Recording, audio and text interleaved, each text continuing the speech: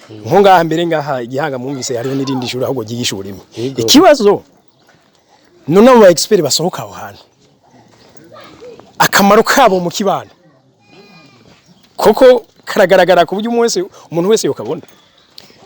Turafise ikibazo aho usanga birakunze kuvuga kenshi abahejeje mu burimyi aza kugwanya mu gusaba akazi ko mu biro ariko urumva ko kameme mu byukuri atayico gisata ciwe nta muntu hejeje uburimyi agakwiye gusaba akazi ko mu biro yagakwiye kubarizwa donc n'umuntu wo kuri terrain ariko bagwanira mu burimyi usanga les agronomes bari mu biro bahiga ubuzimwe n'ubwo ntibavyumva nabonyene ni systeme yatumugaje ubundi ni kwa kwigana kubwiye no kwigira kubakoze ukagira ico cipfuzo cyo gukora nawe uko niko kwiganyako gusumba kuja mu ishuri ukanota ivyo birashaka kuguha ubumenyi yego mugabo gutunga ngo utunganirwe kikaguma ari kibazo kwiga rero turakeneye kuba karorero kuba models uburorero bwiza donc twagize uburorero bubi mugabo tubaye bonne model n'abandi bazotwigirako nkuko natwe tubo twigira ku bandi.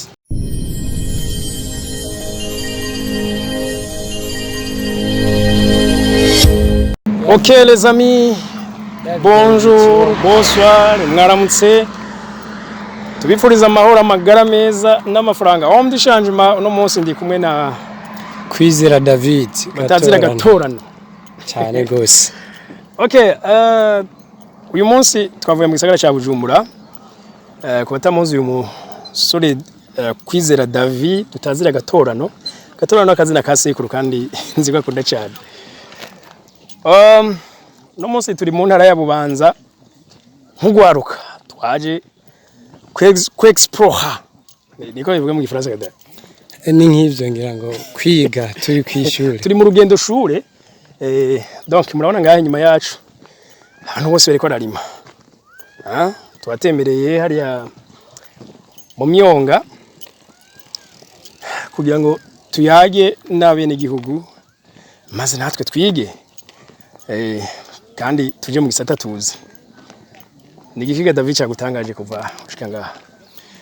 Ikintu cyambere gitangaje usanga abantu benshi batamenyera n'uburyo abantu mu mirima yino usanga imirima itotahaye usanga abantu arabakozi kandi bari mu mirima batashobora no kubura amazi kandi ari mu gihe ciki ukibaza igihanga ko ari mbo arantu hashushe amazi atagwiriye kwa amazi bayabura ariko barakora uburyo bwose bashoboka bakaronka amazi bakabandanya akora ibikorwa nkuko bisanzwe kandi bashaka barayahana ku buryo je ndakoresha umwanya mutoya mpejeje ubundi nabacakatisha kajana ku buryo bose bakwigwa cyane gose kabisa bigaragaza ko urukundo ari gose ubufatanye ntacu umuntu atogirako ubundi igihambaye no gukorana no gusangira gusabikanya bike bihari. Okay. David ari umuntu wigeze kuvuga ngo bakovirema ngo turavye nk'iki ya Cimbo cyagikuyemo uburimyi gusumba ukibamo ufatiye nko kuri kino kiyaya cy'igihanga ubona gute? Mo igihanga ni ahantu nabaye ndi mutonya 2012 ni kiyaya kabisa kimera uburyo bwacu kama ni kuvuga iki bararima ibiterwa byinshi barabirima bikera bigakunda gusumba ruguru kandi bo ugasanga nta namase bashizemo si ibiterwa byinshi bashiramo amase ino mu kurima ntibashiramo amase bivana n'ivyo ari byose bitu nk'ibigori biharage bimwe hari iwacu ruguru mu mugamba bashiramo amase kugira bimbure ino ivyo nta masajamo kabisa usanga yashira mu muceri n'ibindi bikenya. Bon ngira ngo niko akunda usanga nk'amazi ava hariya muri Bujumbura rirare ashungurukana uburyohe bwose kwesazanga uca mushikira mu kiyaya bukigumiraho mbo birashoboka ariko birashoboka ko nari amazi adashobora kuba shikino bivaye na Tanganyika nuko tuzi yisuka ariko nisi kama naturel isanzwe ikunda kabisa. Umuntu yo kwibaza rero ikibazo mu Burundi harimo abantu benshi mbere umunsi benshi bakora nabishiramo imitahe ugasanga mvuga mwimbo ntugwira ntituronko dukwira neza ntituronko twoshora hanze mu gihe kandi ahubwo twe natwe abarundi bama baja gusoma hanze. Davi kubgawe hoko guki kugira ngo igisata bo kigira inguvu. Ubundi kurima biratandukanye cyane na bijya vyibare, kurima ivyo gutunga umuryango gusa biratandukanye gose ni na bijya no vyiti vyibare bijya barima muhira utwo bajya amezi abiri andi mezi baca basonza badashobora kurima ngo badandaze canke ngo bagire nivyo bojya gutindindira imarije. None bajya bose barima twofata karabarima ivyibare kabisa atari uburimyi ko uburimyi urari mu kigaburira ukanashora kabisa. Rero novuga ko ikibazo aho kiri ku burimyi bw'iwacu ntibabigira donc uraye ku ma identité no ku bindi ku makarakate karanga muntu usanga umuntu wese yanditse ko ndumurimyi ariko kameme sinzi ko kuba atacu ufise uko byitirirwa uburimyi. Rero icenco cabaye abanebwe abantu bose atacu bakora biyitirira abarimyi. Ubundi uburimyi naco cyagisata gikomeye cagakwiye gukorwa n'umuntu yabihinduye akazi karimwa n'abafise imitahe kandi biteguye kubikorera bakarima ivyagutse. Ariko ikibazo cyari nuko benshi barima kabisa ivyibare byo gutunga imiryango navyo yene birangira ya miryango idakwiwe. Kugira gikemuke tubihindura akazi nkuko dukora ibindi byose hama bigashika nk'imitahe bisigaye nyaza atawo kubuza kurima na leta irashya mu buryo bumukorohereza abantu. Ico gihe uyu munsi twumvise ko kurima atari gisata cyo gucishako ahubwo ari gisata gikeneye nguvu n'umutahe munini inzara izohera nta kabuza. Mbo hariho ikintu rero kiba kigoye ugwaruka none ugwaruka mutabikunda ni mu uyu munsi tuko turavuga ngo uburimyi ngo ntihagaze neza none je ahubwo rero igihugu kizoba kigoye gusumba none ugwaruka ko mutabijamo. Gituma ugwaruka rutarukunda dufise twe bivanye nuko twakuze no twakuriye nta karorero keza modere twakuze tuzi ko umuntu abayeho neza wigicapo keshe cy'umuntu yize warabira kuri bajya umwigisha umusirikare donc umurimyi tukabona rimwe byo gutunga imiryango bigatuma rero tutabihu abagwaruka tutabihurumbira kubera iki babonye uburimyi bwo gutunga imiryango warabayeho neza umuntu yarabayeho neza n'uwarashobora kuja muri ivyo navyo ahembwa umushahara kurima nivyo gutunga umuryango tu nawe nyine ubona ko birangira nawe umuryango udashoboye kugaburirwa neza. Ugwaruka rero babuze akarorero ko kumva ko ibijya bavuga abashoramari abanyamitahe bashira mu uburimyi kakaba akazi professionnel gatungisha umuntu akaba mu miliyarderi nkuko tuvyifuza twebwe beshi nk'abajene. Ubundi rero twagize uburorero bubi tugakora twipfuza ibintu biri hafi cyane kandi twatuzi ko ari ngombwa duhembwe kugira ngo tugire ubuzima bwiza ntitwige gushora ntitwige gushira amahera mu vyunguka ngo tuvyinvestisemo. Ariko bana nka twebwe na societe yacu ya Jebidev twaje kwiga dutangure mu ico gisata kandi turugwaruka iyi ni intango nziza si twebwe gusa hariho n'abandi benshi badutanze ibisigura iki rero uburundi aho buri seho buzoguma kubera turiko turatahura ko kibivamo amahera n'ivyunguka gusumba ibindi. Urazi turavyemeranye biragoye cyane ko hari umuntu numwe akora ku kwezi yo mu miliyarderi biragoye gose.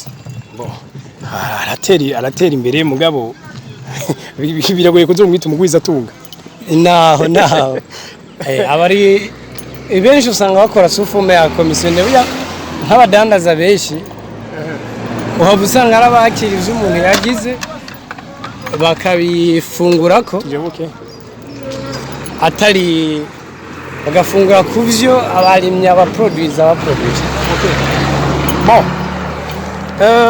uyu munsi biriko biraza kubera ko hariho kumure n'ama media moderne donc izi media zikorera ku mbuga ngurukanabumenyi gwagwaruka aho niho nago guyirirwa donc ibiganiro dukora birabashikira benshi bagenda babona uburorero cyane gose je nibaza ko benshi bigira ku bandi ubundi kenshi kwiga si mu ishuri kurabira umuntu kumva intahe y'abakoze kuraba abandi ivyo ko barakora birigisha.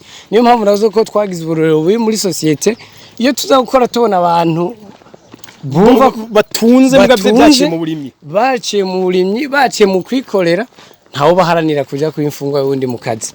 Rero nibaza kugwaruka twe nimba tubimenye ko imyaka yacu dusa nabatevye, ariko ku myaka iza abazovuka bazokora babizi nkabiga fondamental. Niyo mpamvu na benshi baheba ntawo bishima, ariko hari gihe usanga umengo nabo ntibabona ikizere, babona ko aho ubuzima buri kare mu kurondera ntibitega akazi. Bisigaye ko mu myaka iri imbere bazobikuriramwo, bafisa mu esprit, bafisa barabirako Uburundi buhebe buhimbare kabisa. Bon, twakuze mu mashure hari ikigwa ca agriculture carabaho, donc ico kigo uyu munsi nta kikibaho. Mugabo hari amashuri nanone aguma yigisha uburimyi n'ubworozi, nka za Itabo n'izindi nko ngaha mbere ngaha Igihanga mwumvise hariho n'irindi shuri ahubwo ryigisha uburimyi. Ikibazo none abo expert basohoka aho hantu akamaro kabo mu kibano koko karagaragara ku buryo umuntu wese yokabona. Turafise ikibazo aho usanga birakunze kuvuga kenshi abahejeje mu burimyi baza kugwanya mu gusaba akazi ko mu biro, ariko urumva ko kameme mu by'ukuri atayico gisata ciwe. Nta muntu hejeje uburimyi agakwiye gusaba akazi ko mu biro, yagakwiye kubarizwa donc n'umuntu wo kuri terrain. Ariko bagwanira mu burimyi usanga les agronomes bari mu biro bahiga ubuzimwe n'ubwo ntibavyumva nabonyene. Ni systeme yatumugaje. Ubundi ni kwa kwigana kubwiye, no kwigira ku bakozi ukagira ico cipfuzo cyo gukora nawe. Uko niko kwiganyako gusumba kuja mu ishuri ukanota. Ivyo birashaka kuguha ubumenyi yego, mugabo gutunga ngo utunganirwe kikaguma ari kibazo. Kwiga rero turakeneye kuba karorero, kuba models, uburorero bwiza. Donc twagize uburorero bubi, mugabo tubaye bonne model n'abandi bazotwigirako nkuko natwe tubo twigira ku bandi. Kabisa. Hari umwe mu bagwiza tunga bonga mu Burundi nzi ko dukurikirana kuri Agaciro Media, nambwiye ngo igihe nabona ko atamugwiza tunga mbona yize aba bantu usanga barize amashuri menshi, dufate nka tuba muri za kaminuza atunze. Kugira nace ni ihangiro ko mbwirizwa ko umugwiza tunga yize ku buryo nabandi bize bazondabirako. Kandi yarabigezeko.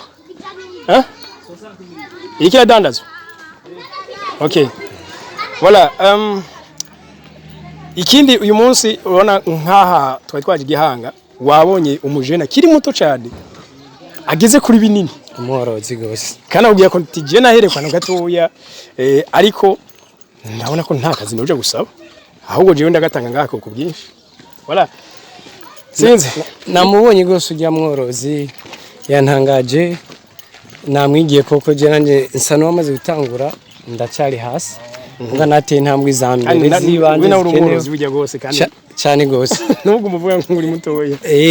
Ndiko ndavyuka mu bworozi kubona abantu nkabagira rero tubigirako tukara uko vya bindi koko ivyo timwe birunguka, bakatwigisha tukabigirako. Namukunze gose ntishima mu birenge bigaragara, n'inka ziwe zivara amaharari plus de 100 millions. Niho usanga nta nikirato yiyambariye nibijya rero. Niyo mpamvu twe twaborewe novaho twari twaratakaye, twarazimiye, twarayobye.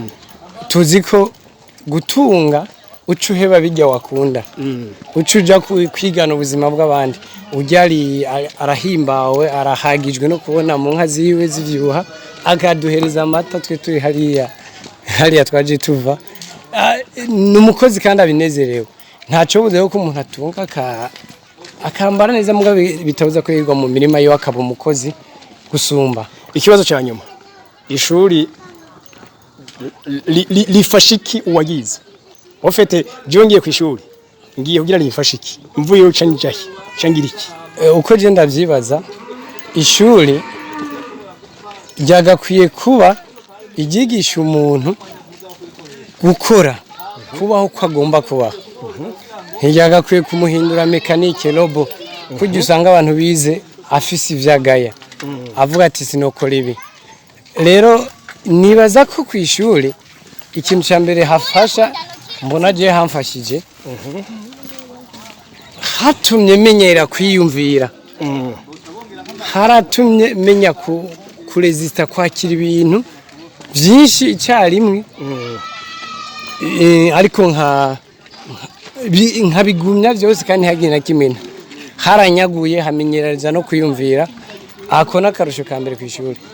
None mugabo ari abakunda kuvuga ngo ishure bisa nkaho batakwigisha gukira akazi, ahubwo umengo barakwigisha gestion comptabilité kwa ukuntu uzoharura ubutunzi bw'umuntu yaburondeye.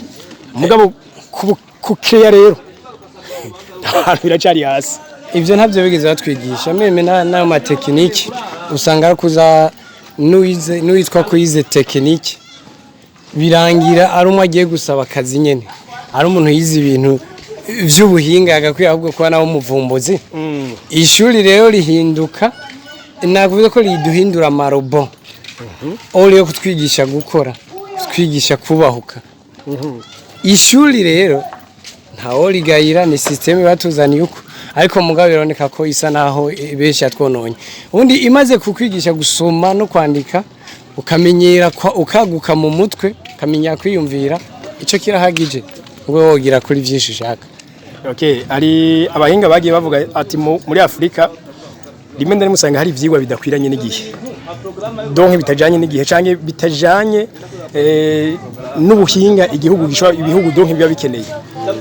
Nk'umwaka rero wewe ivyo wize n'ivyo ukora?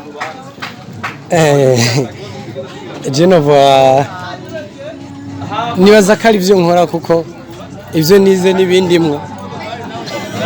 Ibyo rero wize mu mashuri? Byo nize mu mashuri. Oya, ishuri ryanyigishije ibyo nasanzwe nkunda, ibyo nasanzwe ndimwo.